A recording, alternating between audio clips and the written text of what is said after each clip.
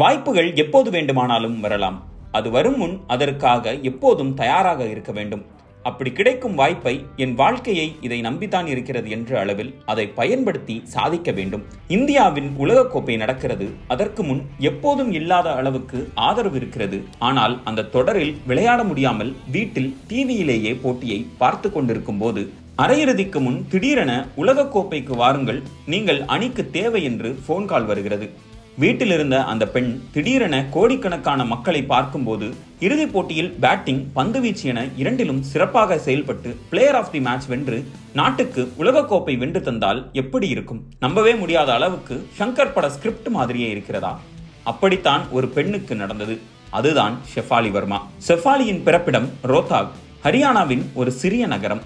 அவரது தந்தை சஞ்சய் வர்மா ஷெஃபாலிக்கு விளையாட்டு ஆர்வத்தை ஊக்குவித்தவராகவும் இருந்தார். 2013ஆம் ஆண்டு 9 வயதில் லக்லி மைதானத்தில் சச்சின் டெண்டுல்கரின் ரஞ்சி டிராபி பேட்டிங்கை பார்த்த அவர் ஈர்க்கப்பட்டார். கிரிக்கெட் கடவுள் என்று அழைக்கப்படும் சச்சின் அவரது ஐடலாக மாறினார்.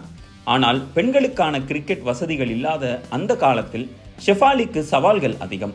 6 வயதிலிருந்து அவர் ஆண்கள் போல் ஹேர்கட் செய்வது, ஆண் உடைகளில் விளையாடினார். 10 வயதில் அவரது சகோதரர் நோய்வாய்ப்பட்ட போது லப்பர் பந்து பட பாணியில் எனது சகோதரரிடத்தில் நான் விளையாடுகிறேன் என்று பேட்டை கையில் எடுத்து பானிபத் அண்டர் 12 ஆண்கள் போட்டியில் மேன் ஆஃப் தி மேட்ச் அவார்டையும் மேன் ஆஃப் தி சீரீஸ் விருதையும் வென்றார். 15 வயதில் பெரும்பாலான பிள்ளைகள் 10ஆம் வகுப்பு தேர்வுக்கு படித்துக் கொண்டிருந்த நிலையில் ஷெஃபாலி வர்மா சர்வதேச அரங்கில் இந்தியாவுக்காக முதல் போட்டியில் விளையாடினார். இந்தியா போல் ஒரு நாட்டில் கிரிக்கெட் அணியில் இடம் கிடைப்பது அபூர்வம். ஆனால் ஷெஃபாலிக்கு 15 வயதில் அந்த வாய்ப்பை பெற்றார். இதன் மூலம் இந்தியாவின் மிக இளம் வீராங்கனையாக T20 போட்டியில் அறிமுகமானார்.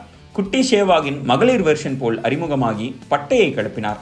ஷெஃபாலியின் தந்தை சச்சின் ரசிகர். இதனால் இருவரும் சச்சின் என்ற பெயர், இதனால் சச்சின் சேவாக் என்ற 2 பேரும் கலந்த கலவையாக வலம் வந்தார்.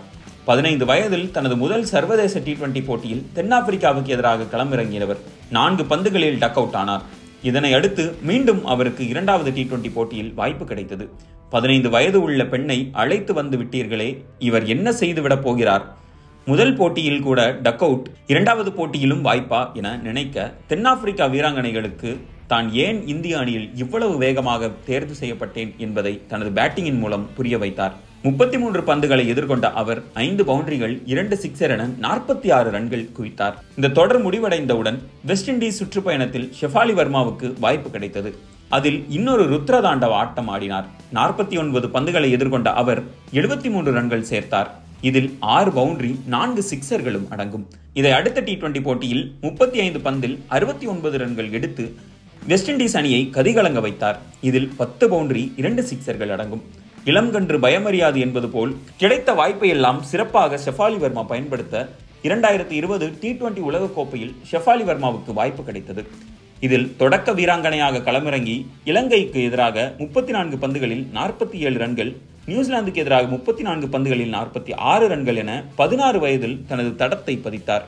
அந்த T20 உலகக்கோப்பையில் 5 போட்டிகளில் விளையாடிய ஷெஃபாலி 163 ரன்கள் சேர்த்தார். இதில் அவருடைய ஸ்ட்ரைக் ரேட் 158 என்ற அளவில் இருந்தது. அந்த T20 உலகக்கோப்பையில் இந்திய அணி இறுதிப் போட்டிகளில் தோல்வியடைந்தது. அதற்கான காரணம் ஷெஃபாலி இறுதிப் போட்டியில் வெறும் 2 ரன்களுக்கு ஆட்டமிழந்தார். அந்த தொடரில் அதிக ரன்கள் எடுத்த இந்திய வீராங்கனை என்ற பெருமையும் ஷெஃபாலி வர்மாவுக்கு கிடைத்தது. அந்த தொடர் முடிவடைந்தவுடன் ICC T20 தரவரிசை பட்டியலில் ஷெஃபாலி வர்மா பேட்டர்கள் பட்டியலில் முதலிடத்தை பிடித்து அசத்தினார். அதன் பின் கரோனா உச்சத்தில் இருந்தபோது மகளிர் கிரிக்கெட் சுமார் 1 ஆண்டு வரை நடைபெறவில்லை. அந்த காலகட்டத்தில் வீட்டில் சும்மா இருந்துவிடக் கூடாது என்பதற்காக தனது பயிற்சியாளரின் மூலம் பவுலிங் மிஷின் ஒன்றை வாங்கி அதில் பந்துகளை செட் செய்துவிட்டு ஷெஃபாலி வர்மா தொடர்ந்து பேட்டிங் செய்து கொண்டிருந்தார். இதற்கு பயனாக 2021ஆம் ஆண்டு டெஸ்ட் மற்றும் ஒருநாள் போட்டிகளுக்கான அறிமுகம் இங்கிலாந்துக்கு எதிராக ஷெஃபாலி வர்மாவுக்கு கிடைத்தது. தான் எதிர்கொண்ட முதல் டெஸ்ட் போட்டியில் முதல் இன்னிங்ஸ்லேயே ஷெஃபாலி வர்மா இங்கிலாந்து மண்ணில் 96 ரன்கள் குவித்து அனைவரையும் ஆச்சரியப்படுத்தினார். 2 இன்னிங்ஸில் அவர் மொத்தமாக 159 ரன்கள் சேர்த்து போட்டியை டிரா செய்ய உதவினார். அறிமுக போட்டியிலேயே Shafali Verma player of the match விருதை வென்றார். ஷெஃபாலி வர்மாவின் திறமையை பார்த்த ஆஸ்திரேலியாவில் நடைபெற்ற மகளிர் பிக் பேஷ் லீக் தொடரில் சிட்னி சிக்ஸர்ஸ் அணி அவரை ஏலத்தில் எடுத்தது. ஷெஃபாலி வர்மாவின் கிரிக்கெட் வாழ்க்கையில் மிக முக்கியமாக பார்க்கப்படுவது சென்னையில் நடைபெற்ற டெஸ்ட் போட்டிதான்.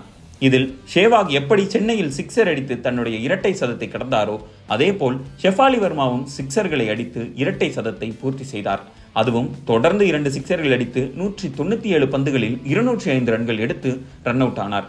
இதில் 23 பவுண்டரிகளும் 8 சிக்சர்களும் அடங்கும். இதன் மூலம் மகளிர் டெஸ்ட் கிரிக்கெட் வரலாற்றில் அதிவேகமான இரட்டை சதம் அடித்த வீராங்கனை என்ற பெருமை ஷெஃபாலி வர்மாவுக்கு கிடைத்தது. மேலும் இந்திய மகளிர் கிரிக்கெட் வரலாற்றில் மித்தாலி ராஜுக்கு பிறகு இரட்டை சதம் அடித்த வீராங்கனை என்ற பெயரும் அவருக்கு கிடைத்தது.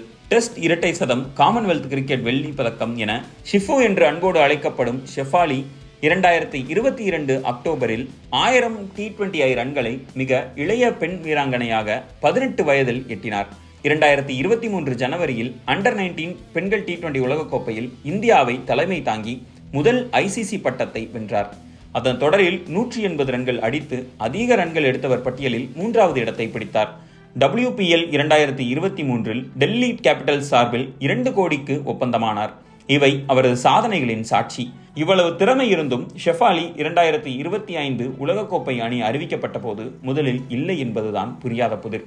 எத்தனை தடைகள் இருந்தாலும் நமக்கு என ஒரு விஷயம் இருந்தால் அது நிச்சயம் நடக்கும். அப்படித்தான் ஷெஃபாலி அணிக்குள் வந்து தற்போது இந்தியாவுக்காக ஜூனியர், சீனியர் என 2லும் உலகக்கோப்பை வென்று கொடுத்திருக்கிறார்.